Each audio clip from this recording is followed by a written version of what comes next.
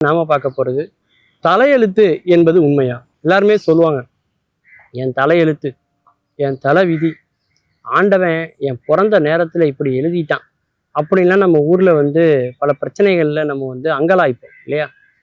உண்மையிலேயே தலையெழுத்து தளபதின்னு ஒன்று உண்டா அப்படின்னு பார்த்தா, இறந்தவர்களுடைய அந்த மண்டை ஓடு இருக்கு இல்லையா, அதை எடுத்து பார்க்கும்போது அதுல சில எழுத்துக்கள் மாதிரி இருக்குதான் செய்யுது. அது உண்மையிலே எழுத்தா அப்படின்னு பார்த்தா அது எழுத்து இல்லைங்க. எலும்புகள் எல்லாம் ஒன்று சேரும் பொழுது ஏற்பட்ட ஒரு விதமான தடயம், தழும்பு அப்படின்னு சொல்லலாம். குழந்தைகள் பிறக்கும் போது உடல்ல எத்தனை எலும்புகள் இருக்கும் அப்படின்னு பார்த்தீங்கன்னாக்கா 300 எலும்புகள் இருக்கும்.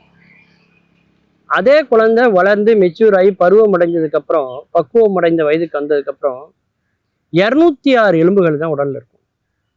அப்ப அந்த எலும்புகளை எங்க போகுது அப்படின்னு நீங்க நினைக்கலாம். அதாவது 300 எலும்பு எப்படி 206 எலும்பு ஆகுது அப்படிங்கிறதா பெரிய அதிசயம். 300 எலும்புன்னு நான் சொன்னது எப்படின்னா அர்த்தத்துல சொன்னேன்னா, இப்ப கையே எடுத்துக்கிட்டீங்கன்னா அதுல இருக்கிற எலும்புகள்லாம் துண்டு துண்டா தனித்தனியா இருக்கும் குழந்தையா பிறக்கும் போது. அதே மாதிரி மண்டையில உள்ள எலும்பும் பார்த்தீங்கன்னா தனி எலும்புகளா இருக்கும். அதன் பிறகு அந்த எலும்புகள்லாம் வளர வளர ஒன்று சேர்ந்துடும். அப்ப 3 எலும்பு ஒன்று சேர்ந்து ஒரு எலும்பு ஆயிடுச்சுன்னா 2 எலும்பு குறைஞ்சிருது இல்லையா? இந்த மாதிரி தான் பிறக்கும்போது இருக்கக்கூடிய 300 எலும்பு 206 எலும்பா குறைஞ்சிருது. இது ஏன் இப்படி குறையுது? தாய் வயிற்றுலேருந்து ஒரு குழந்தை வெளியில வருது இல்லையா, மண்டை ஓடு எலும்பு அப்படியே இருந்துச்சுன்னு வைங்களேன், கடினமான தன்மையில இருக்கும். அப்போ அந்த தலை வெளியில வர்றது ரொம்ப சிரமமா இருக்கும். அப்போ அது கொஞ்சம் நெகிழ்வு தன்மையோட இருந்தால் தான் சிறப்பாக இருக்கும். அப்போ 3 எலும்பு ஒரு லிக்யூடை வச்சு ஜாயின் பண்ணுற மாதிரியான ஒரு அமைப்பில் இருந்தால் தான், அது கொஞ்சம் வளைஞ்சு நெளிஞ்சு கொடுத்தா தான் அது கருவறையிலேருந்து வெளியில் வர்றதுக்கு வாய்ப்பு இருக்கும். அப்படி அமைப்பில் இருந்துமே வெளியில் வர முடியாமல் எவ்வளோ பிரசவங்களில் நம்ம பார்க்குறோம், எவ்வளோ காம்ப்ளிகேட்டட் ஆகுதுன்னு நம்ம பார்க்குறோம் இல்லையா? அப்படி ஒரு 3-4 எலும்புகள் தனித்தனியாக இருந்து அதற்கு இடையில உள்ள இடைவெளிகள்லாம் அப்படியே இருக்கும். அந்த இடைவெளிகள் ஏன் இறைவன் ஏற்படுத்தியிருக்காருன்னா, தேவைப்பட்ட அந்த இடைவெளிகளில் அந்த எலும்புகள் ஒன்று சேர்ந்து அந்த தாயினுடைய கருவறையிலிருந்து வெளியில வர்றதுக்கான ஏற்பாடு தான் இது.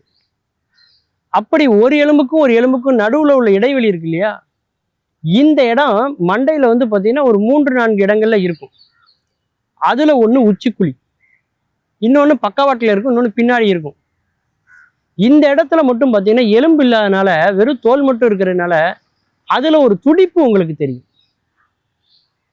அதனாலதான் நம்ம ஊர்ல என்ன பண்ணுவாங்கன்னா, உச்சந்தலையை அமைக்கிறாத அப்படிம்பாங்க, குழந்தைய பார்த்து தூக்கு அப்படிம்பாங்க.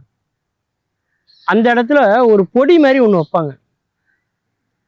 அது மட்டும் இல்லைங்க, ஞானிகளுக்கு கூட உயிர் எப்படி பிரியும் பார்த்தீங்கன்னா, மண்டை ஓடு வெடிச்சு கபாலத்தின் வழியாக நேராக உச்சியிலிருந்து தான் பிரியும் அப்படின்னு சொல்லுவாங்க. அந்த அளவுக்கு ஒரு மென்மையான பகுதியும் மண்டை ஓட்டுல உண்டு. ஆனா வளர வளர என்ன ஆகும்னா, அந்த எலும்புகள்லாம் ஒன்று சேர்ந்து ரொம்ப கடினமான பொருளா மாறி ரொம்ப ஹார்டான ஒரு பொருளா மாறிடுது.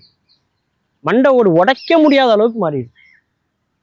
ஏதாவது ஒரு விபத்து நடக்கு, இல்லை தீ விபத்து ஏற்படுது, அல்லது வாகன விபத்து ஏற்படுது, உடல்ல பல பாகங்கள் சிதைவு ஏற்படுது. அப்போ எப்படி கண்டுபிடிப்பாங்க அப்படின்னா, எது உடைஞ்சாலும் அடிபட்டாலும் மண்டை ஓடு மட்டும் பாதுகாப்பா இருக்கும். அந்த அளவுக்கு கடினமான ஒரு பொருளாக மாறுகிறது இந்த மண்டை ஓடு, அதில் உள்ள எலும்புகள். இப்போ ஒருத்தர் எப்போ இறந்தாரு அப்படின்னு எப்படி தெரிஞ்சுக்கிறது? ஏன்னா ஒரு உடம்பு அழுகிரும், உடல் உறுப்புகள்லாம் இருக்குமான்னு சொல்ல முடியாது. ஆனால் மண்டை ஓட்டை வச்சு சரியா சொல்லுவாங்க, எப்போ இறந்தாரு அப்படிங்கிறத சரியா சொல்லுவாங்க. அதற்கான பதிவுகள் அந்த எலும்புல இருக்கும். அந்த எலும்பினுடைய தன்மை எத்தனை நாள் ஆயிருக்கு அப்படிங்கிறதெல்லாம் எளிதில் ஆய்வு பண்ணுவாங்க. தடயவியல் துறையிலையும் மிகப்பெரிய ஒரு பங்காற்றக்கூடியது இந்த மண்டை ஓடுகள். மண்டை ஓடை வச்சு ஒருத்தர் எத்தனை வருஷம் வாழ்வாங்கிற தலைவிதியை சொல்ல முடியாது. ஆனால் எப்போ இறந்தான் அப்படிங்கிற விஷயத்த நம்மளால சொல்ல முடியும். அப்போ அந்த எலும்புகள்லாம் ஒன்று சேருது இல்லையா, ஒன்று சேர்ந்தோடனே அந்த இடம் பார்த்தீங்கன்னா ஒரு பின்னல் மாதிரி, ஒரு கோடு கோடா வளைவு நெளிவு மாதிரி மாறும். இதைத்தான் நம்ம ஆட்கள் பல பேர் என்ன நினைச்சிட்டாங்கன்னா, இதுதான் தலையெழுத்து பொழுது, ஸோ ஆண்டவன் கிறுக்கியிருக்கான், ஏன் தலையெழுத்து எழுதும்போது ஆண்டவன் இப்படி எழுதிட்டான், சரியா எழுதலை, அதான் வாழ்க்கை எப்படி இருக்கு அப்படின்னு புலம்புறோம். மீண்டும் பல புதிய தகவல்களோடு, அதில் அறியப்படாத பக்கங்களோடு உங்களை சந்திக்கிறேன். நன்றி, வணக்கம்.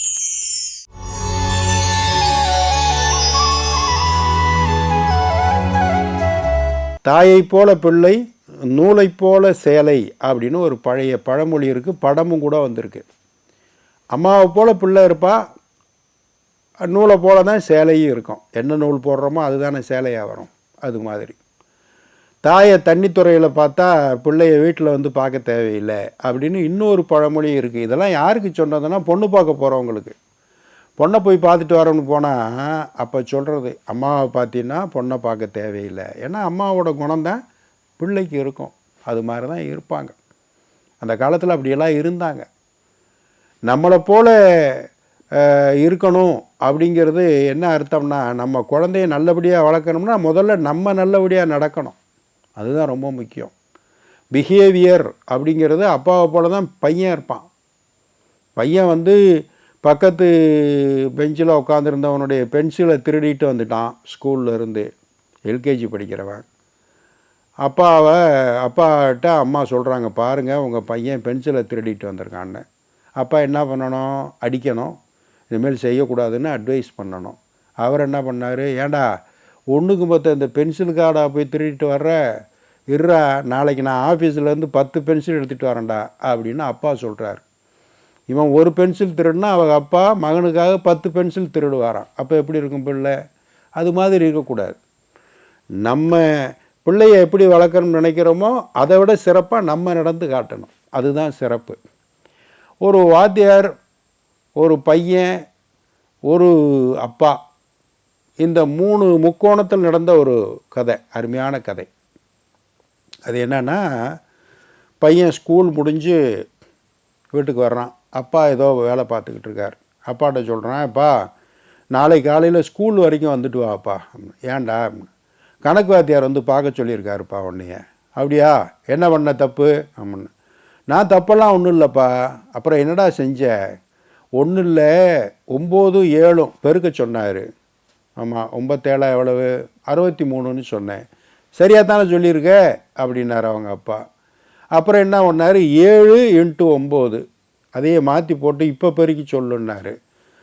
அவன் நான் கணக்கு கிறுக்கனாவன். 9 7 பெருக்கினாலும் 7 9 பெருக்கினாலும் 63 தானே வரும் அப்படின்னு இவர் சொன்னார் அவங்க அப்பா. இதைத்தாப்பா நானும் சொன்னேன், உங்களை கூப்பிட்டு வர சொல்லிட்டாரு. நீ என்ன சொன்ன? நீங்கள் என்ன கணக்கு கிறுக்கணா அப்படின்னு கேட்டேன்ப்பா. இப்போ இவன் சொன்னார்ல அவங்க அப்பா, அதையே அவன் ஸ்கூலில் சொல்லிட்டான். அப்படியா? சரி பார்ப்போம். மறுநாள் சாயந்தரம் ஸ்கூல்லேருந்து பையன் வந்தான். என்னப்பா இன்றைக்கி ஸ்கூலுக்கு வந்தியா? கணக்கு வாத்தியாரை பார்த்தியா அப்படின்னு கேட்டான். பார்க்கலப்பான்னு.